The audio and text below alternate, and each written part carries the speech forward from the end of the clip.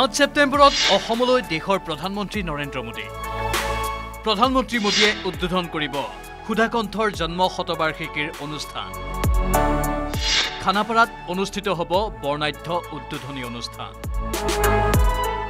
সংগীত সূৰ্য ডক্টৰ ভূপেন হাজৰিকাৰ জন্ম শতবাৰ্ষিকী উদযাপনৰ বাবে ৰাজ্য চৰকাৰে হাতত লোৱা বছৰজোৰা কাৰ্যসূচী 8 ছেপ্টেম্বৰৰ সন্ধিয়া 5 বজাত প্ৰধানমন্ত্ৰী নৰেন্দ্ৰ মোদীয়ে শুভাৰম্ভ কৰিব।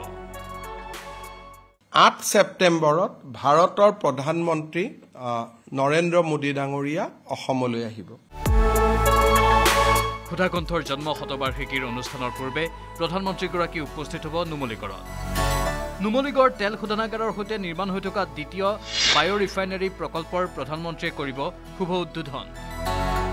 4,000 কোটি টকীয়া প্ৰকল্প শুভাৰম্ভ কৰি প্ৰধানমন্ত্ৰীয়ে অংশ ল'ব নুমলীগড়ৰ এক ৰাজহুৱা সভাত। নুমলীগড় শোধনাগাৰত আমি এটা বায়' ৰিফাইনাৰী বনাইছিলোঁ ফিনলেণ্ডৰ এটা কোম্পানীৰ লগত সহযোগত চেম্ফলি বুলি।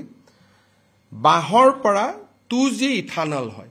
1G ইথানল মানে খাদ্য বস্তুৰ পৰা ইথানল বনালে সি 1G, আৰু ধানৰ নৰাৰ পৰা বা বাঁহৰ পৰা ইথানল বনালে সি হ'ল 2G, ছেকেণ্ড জেনেৰেশ্যন।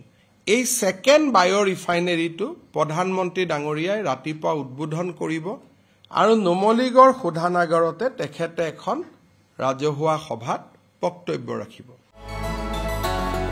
ইয়াৰ পাছতে প্ৰধানমন্ত্ৰী নৰেন্দ্ৰ মোদী নুমলীগড়ৰ পৰা পোনে পোনে উপস্থিত হ'ব মঙলদৈ, য'ত 8,000 কোটি টকা ব্যয় সাপেক্ষে স্থাপন কৰিব 3টা প্ৰকল্পৰ আধাৰশিলা। ইয়াৰ ভিতৰত গুৱাহাটী ৰিং ৰোড, ব্ৰহ্মপুত্ৰৰ ওপৰত নাৰেংগী কুৰুৱা দলং আৰু মঙলদৈ চিকিৎসা মহাবিদ্যালয়ৰ আধাৰশিলা স্থাপন কৰিব প্ৰধানমন্ত্ৰী মোদীয়ে। নুমলীগড়ৰ পৰা তেখেত দৰঙলৈকে আহিব। দৰঙত তেখেতে 3টা কাম কৰিব। মঙলদৈত তেখেতে শুভ অৰ্পণ কৰিব। গুৱাহাটী ৰিং ৰোড, যিটো 7,000 কোটি টকা ব্যয় কৰি গুৱাহাটীত এটা ৰিং ৰোড হ'ব গৈ আছে, এই আঁচনিটো প্ৰধানমন্ত্ৰী ডাঙৰীয়াই উদ্বোধন কৰিব। আমাৰ মাটি অধিগ্ৰহণ সম্পূৰ্ণ হৈ গ'ল আৰু এতিয়া উদ্বোধন হ'ব।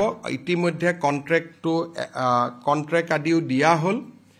দ্বিতীয় আঁচনি হিচাপে তেখেতে কুৰুৱা আৰু নাৰেংগী দলংখনৰ কামৰো শুভ উদ্বোধন কৰিব।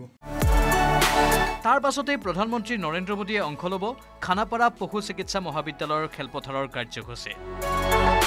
10,000ৰো অধিক লোকে অংশগ্ৰহণ কৰিব ডক্টৰ ভূপেন হাজৰিকাৰ জন্ম শতবাৰ্ষিকীৰ অনুষ্ঠানত। অনুষ্ঠানত 1,000 শিল্পীয়ে পৰিৱেশন কৰিব সুধাকণ্ঠৰ কালজয়ী গীত। উল্লেখযোগ্য যে জন্ম শতবাৰ্ষিকী কাৰ্যসূচীত উপস্থিত থকাৰ সুযোগ লাভ কৰিব ভূপেন্দাৰ সান্নিধ্য লাভ কৰা প্ৰতিখন জিলাৰ 50গৰাকীকৈ লোকে। ব্যক্তিগতভাৱে এই অনুষ্ঠানত অংশগ্ৰহণৰ বাবে সাধাৰণ লোকে কৰিব লাগিব আবেদন। বিশেষ পৰ্টেল যোগে আবেদন কৰিব লাগিব ৰাইজে।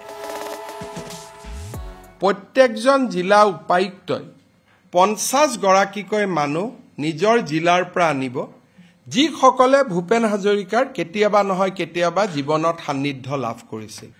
যিসকলে পৰ্টেলৰ জৰিয়তে আমাক জনাব যে মই ভূপেন হাজৰিকাৰ অনুষ্ঠান চাব খোজো, কালচাৰেল এফেয়াৰ্ছ ডিপাৰ্টমেণ্টে তেওঁলোকৰ ঘৰলৈকে নিমন্ত্ৰণী পত্ৰ পঠিয়াই দিব। 20 আগষ্টলৈকে জনাব পাৰিব। 20 আগষ্টৰ পিছত আমাক ক'লেও আমি হয়তো সুবিধা দিব নোৱাৰিম। উল্লেখযোগ্য যে প্ৰধানমন্ত্ৰীৰ এই কাৰ্যসূচীৰ পূৰ্বে অসমলৈ আহিব কেন্দ্ৰীয় গৃহমন্ত্ৰী অমিত শ্বাহ। 29 আগষ্টত অমিত শ্বাহে মুকলি কৰিব ৰাজ্যৰ নতুন ৰাজভৱন। সেইদিনাই অমিত শ্বাহে অংশ ল'ব NDAৰ পঞ্চায়ত অভিৱৰ্তনত।